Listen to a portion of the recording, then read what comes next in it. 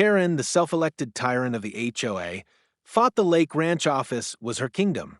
She built her reputation on screaming at families over mailbox colors, handing out fines for parked trucks, and threatening anyone who questioned her clipboard authority.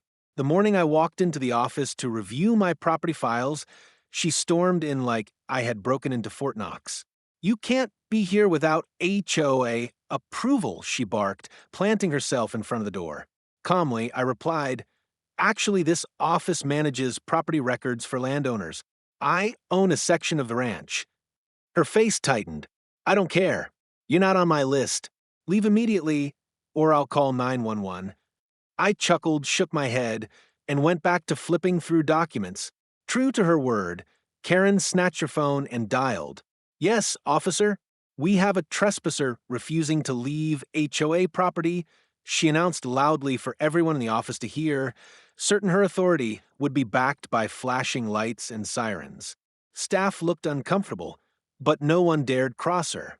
Minutes later, her call reached the emergency dispatch center, where the chief of 911 operations himself picked up. He asked for the address, then for the name of the so-called trespasser. When Karen proudly gave my name, there was a pause followed by laughter on the line. "Ma'am," the chief said, "the man you're trying to report is my boss. He oversees county emergency operations, including this call center. He has full access and authority." Karen's face turned beet red as the room erupted into whispers. The staff, previously silent, now looked at me with newfound respect. I pulled out my county ID badge and set it on the table.